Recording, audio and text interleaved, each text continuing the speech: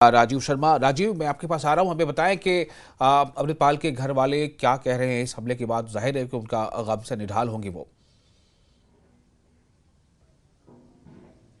बिल्कुल, जिस तरीके से आपने भी जिक्र किया कि बड़ा एक कायराना ये हमला था जिसमें कि दो पंजाबी जो युवक हैं उनको निशाना बनाया गया। एक की जो है वो कल ही मौत हो गई थी, जबकि दूसरे के बारे में ये जानकारी है कि गंभीर रूप में जख्मी है। तो ये चमियारी गांव है, बिल्कुल भारत पाकिस्तान सीमा से कुछ ही किलोमीटर दूर जी। जो सीमावर्ती क्षेत्र का गाँव है। और यहाँ से जो अमृतपाल है पिछले 4-5 सालों से जम्मू कश्मीर में कारपेंटर के तौर पर काम करने के लिए जाता था और दिवाली के बाद वो अपने गांव में ही था। लेकिन परसों दोबारा वो जब रवाना होता है और ये परिवार की तरफ से जानकारी मिल रही है कि परसों उसको वो वहां जाने के लिए बस नहीं मिलती और कल वो और उसका जो दोस्त है उसी गांव का रहने वाला जो युवक है रोहित, वो दोनों वहां पर पहुंचते हैं और वहां उन्हें इस तरीके से आतंकी जो हैं उनकी तरफ से निशाना बनाया जाता है। और बड़ी एक दुखदाई खबर है, परिवार का रो रो के बुरा हाल है। पूरा गांव इस समय गम में डूबा हुआ है, हर कोई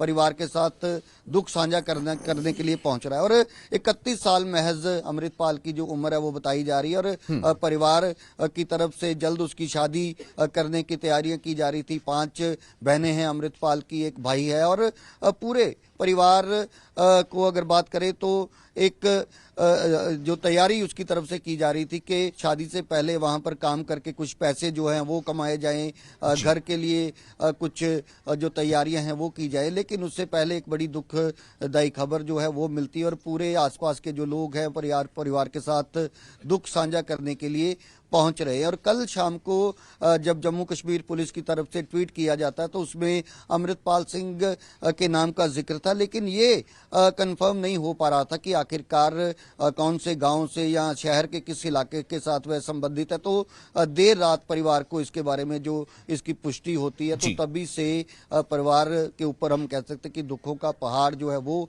टूटा हुआ। इस समय आप देख सकते हैं कि गांव के जो लोग हैं वो परिवार के साथ दुख साझा करने के लिए पहुंच रहे हैं। तो बहुत ही एक हम कह सकते हैं कि एक हैरान करने वाली भी बात है कि आखिरकार आतंकवादियों की तरफ से पंजाब के इन दोनों नौजवानों को किस तरीके से निशाना बनाया गया। तो इसी बात को लेकर हर कोई हैरान भी है।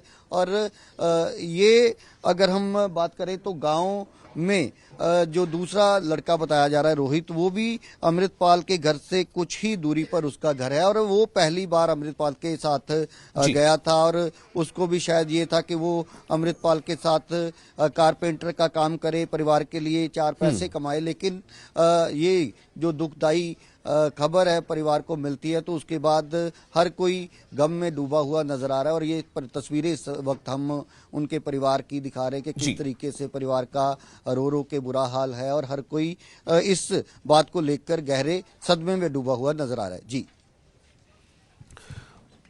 राजीव, कितना अरसा हुआ था अभी जब वो दिवाली के बाद जब अमृतपाल लौटे थे और उनके साथ रोहित में गया था? क्या अमृतपाल और रोहित दोनों एक साथ ही जम्मू कश्मीर आए थे या फिर ये कि रोहित ने बाद में अमृतपाल को ज्वाइन किया था? देखिए, जो परिवार की तरफ से जानकारी मिली है कि अमृतपाल पिछले 4-5 साल से वहां पर काम के लिए जाता था। लेकिन आपको इसकी ज़्यादा इसके बारे में जानकारी है कि जब जम्मू कश्मीर में बहुत ज़्यादा ठंड पड़ती है तो जितने भी और सूबे और स्टेट्स के जो लोग हैं वो अपने अपने सूबों की तरफ रुख करते हैं। तो अमृतपाल दिवाली के बाद अपने गांव में रह रहा था और कल उसके बाद फिर से क्योंकि अब मौसम में तब्दीली आनी शुरू हो चुकी है तो कामकाज के लिए वो फिर से वहां रवाना हुआ था। और जहां तक रोहित का सवाल है तो वो पहली बार ही जो है अमृतपाल के साथ गया था। हालांकि उसका भी एक ये सपना होगा कि वो भी अमृतपाल के साथ कारपेंटर का काम सीखे और 4 पैसे परिवार के लिए कमाए। लेकिन जैसे ही ये पता चलता है कि, और मैं ये भी बताना चाहता हूं कि परसों ये रवाना हुए थे जम्मू कश्मीर के लिए और इनको जम्मू कश्मीर के लिए बस नहीं मिली तो वापस आ गए और कल ही दोबारा वहां पर पहुंचे थे। और कल जैसे ही वहां पहुंचते हैं और आतंकवादियों की गोली का वो निशाना बनते हैं। ये आप देख सकते हैं कि सारे रिश्तेदार, गांव के जो लोग हैं, हर कोई यहां पर इस बात के बाद सदमे में है। और पारिवारिक जो सदस्य हैं उनसे भी मैं जानने की कोशिश करता हूं, उनका भाई मेरे साथ है। और एक चीज दस्यो कि एकदम जदों एक खबर मिली हर कोई उस तो ਤੋਂ ਬਾਅਦ ਸਦਮੇ ਦੇ ਵਿੱਚ ਸੀ।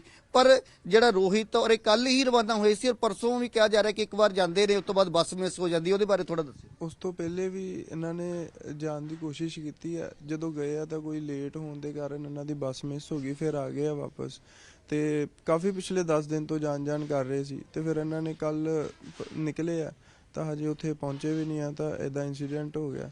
ਤੇ ਜਦੋਂ ਸਾਨੂੰ ਖਬਰ ਮਿਲੀ ਤਾਂ ਪਹਿਲਾਂ ਤਾਂ ਸਾਨੂੰ ਯਕੀਨ ਨਹੀਂ ਹੋਇਆ, ਤੇ ਉਸ ਤੋਂ ਬਾਅਦ ਜਦੋਂ ਪੁਲਿਸ ਨੇ ਇਸ ਗੱਲ ਬਾਰੇ ਦੱਸਿਆ, ਘਰ ਆ ਕੇ ਕਨਫਰਮ ਕੀਤਾ ਕਿ ਅੰਮ੍ਰਿਤਪਾਲ ਸਿੰਘ ਉਰਫ ਸਨ ਆਫ ਸੁਰਮੁਖ ਸਿੰਘ ਨਾਨਾ ਜੀ ਦਾ ਨਾਮ ਲਿਆ ਨਾਲ, ਤਾਂ ਫਿਰ ਬਹੁਤ ਬੁਰਾ ਹਾਲ ਅੰਦਰ ਤੁਸੀਂ ਸਾਰੇ ਦੇਖ ਸਕਦੇ ਹੋ।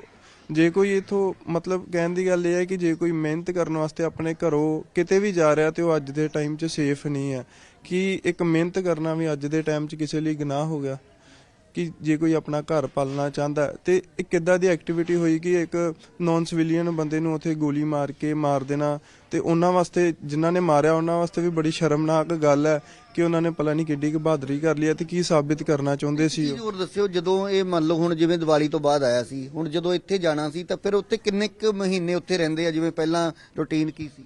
ਪਹਿਲੇ ਸੀਗੇ ਜਿੰਨਾ ਚਿਰ ਗਰਮੀਆਂ ਰਹਿੰਦੀਆਂ ਸੀ, ਹੁਣ ਉੱਥੇ ਬਰਫ਼ ਵਗੈਰਾ ਪੈ ਜਾਂਦੀ ਆ, ਫਿਰ ਦਿਨ ਜਦੋਂ ਖੁੱਲਦੇ ਆ ਹੁਣ ਉਹ ਤੋਂ ਬਰਫ਼ ਵਗੈਰਾ ਹਟਣੀ ਚਾਲੂ ਹੋਈ ਆ ਤੇ ਮੌਸਮ ਠੀਕ ਹੋਇਆ ਤਾਂ ਕਰਕੇ ਫਿਰ ਜਾਂਦੇ ਆ। ਜਿੰਨੀ ਦੇਰ ਪੰਜਾਬ ਦੇ ਵਿੱਚ ਗਰਮੀ ਆ ਉਨੀ ਦੇਰ ਉੱਥੇ ਕੰਮ, ਜਦੋਂ ਠੰਡ ਹੁੰਦੀ ਉਦੋਂ ਇੱਥੇ। ਫਿਰ ਇੱਧਰ ਆ ਜਾਂਦੇ, सीजन के हिसाब से फिर बदलते हैं। बिल्कुल, जिस तरीके से इन्होंने जो जानकारी दी कि बहुत सारे पंजाब के अलग अलग शहरों के ऐसे नौजवान हैं जो अलग अलग फील्ड में जो है, कोई कारपेंटर है, कोई और किसी फील्ड में काम करता है, तो जो लोग जब पंजाब में गर्मी होती है तो वहां पर ऐसे ही कई बहुत सारे जम्मू कश्मीर से भी लोग यहाँ पर काम करने के लिए आते हैं। तो इसी तरीके से चलता है कि जब यहाँ पर गर्मी होती है तो ये लोग वहां पर काम करने के लिए जाते हैं, और जब यहाँ पर सर्दी होती है तो जम्मू कश्मीर से बहुत सारे लोग यहाँ पंजाब में काम करते हैं। लेकिन इनको ये जानकारी क्या, ये कभी जहन में भी नहीं आ सकता कि इस तरीके से कोई अपना वहां पर रोजी रोटी कमाने के लिए गया हो और उसको इस तरीके से